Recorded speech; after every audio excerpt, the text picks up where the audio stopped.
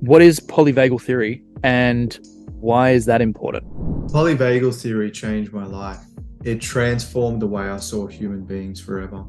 To see that we have, it's known as a phytogenetic evolution. And essentially what that means is our earliest ancestors, which were a nervous system that was adapted from reptiles, that's known as the dorsal vagal branch, and we took that from reptiles. And basically how a reptile would protect itself was that it would shut down, it would freeze. Then the next stage of evolution was mammals. They developed the fight or flight response to either attack or to run, and that's in us as well. And then once we became much more community-based creatures, we developed the third arm or the third branch of our nervous system, known as the ventral vagal, or my favorite term, the social engagement system. I thought I had social anxiety. I thought that people had social anxiety and low self-esteem. But we start to see that if the social engagement system is active, guess what happens? The muscles of your middle ear open up. They actually open up so that you can hear high tone frequencies, i.e. people's voices. Your eyes are able to actually show cues of safety when the social engagement system is active. I know for myself, when I was living with chronic dis-ease, my social engagement system was being overtaken by the sympathetic fight or flight. And that meant when I would try to show cues of safety to people, I couldn't, because the body was showing cues of threat, which is what our body does in the fight or flight state. The social engagement system also decreases our heart rate by 20 beats per minute, and it creates prosody in our voice. You'll notice if somebody has low social engagement activation, they will sound very monotone when they speak to you. So this is why we want to optimize vagal tone to connect as human beings. And also, vagal tone puts the body into a state of rest, relaxation, and repair. So the second principle of polyvagal theory, and I love this, it's called neuroception.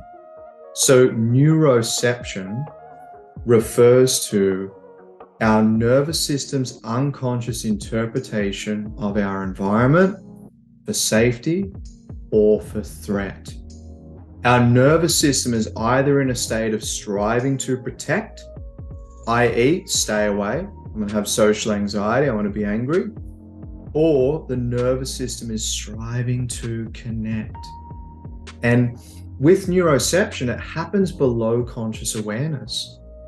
There's something known as neural expectancy and neural reciprocity. The way that we behave, our nervous system expects that from others. And if that expectation is violated, it's called a violation of expectancy. So I'll give you an example. I love just smiling at people and going, hey, how you going? And if I go into a store, I'm like, good morning, how are you? And the person's like, good.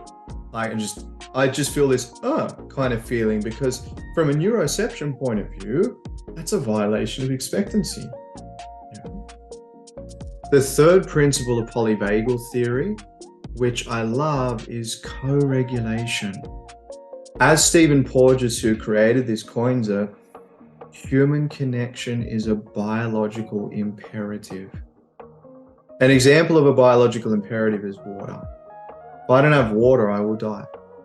And some statistics and studies share around loneliness that it's worse than smoking 20 cigarettes a day. It's actually worse for mortality than obesity, loneliness. So this element and deep drive for co-regulation in our nervous system is a fundamental polyvagal. And with many clients I've worked with over the years, though, with social anxiety, their body is in a state of striving to protect, yet they need this biological imperative of co-regulation to connect. So this is where we look at a mind-body new paradigm approach to shift the body into a state of wellness and to shift the body into a state of being able to connect. But what I love about this understanding is with business owners, leaders, high performers, etc., they start to see that, oh, that person's not being an asshole. Their nervous system's in fight or flight.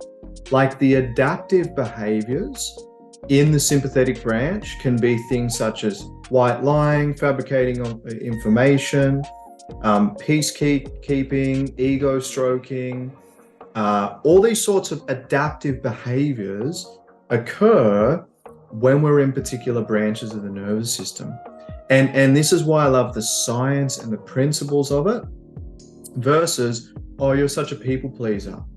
No, your nervous system's in a state of striving to protect more of the time because hidden stresses are driving illness in your body.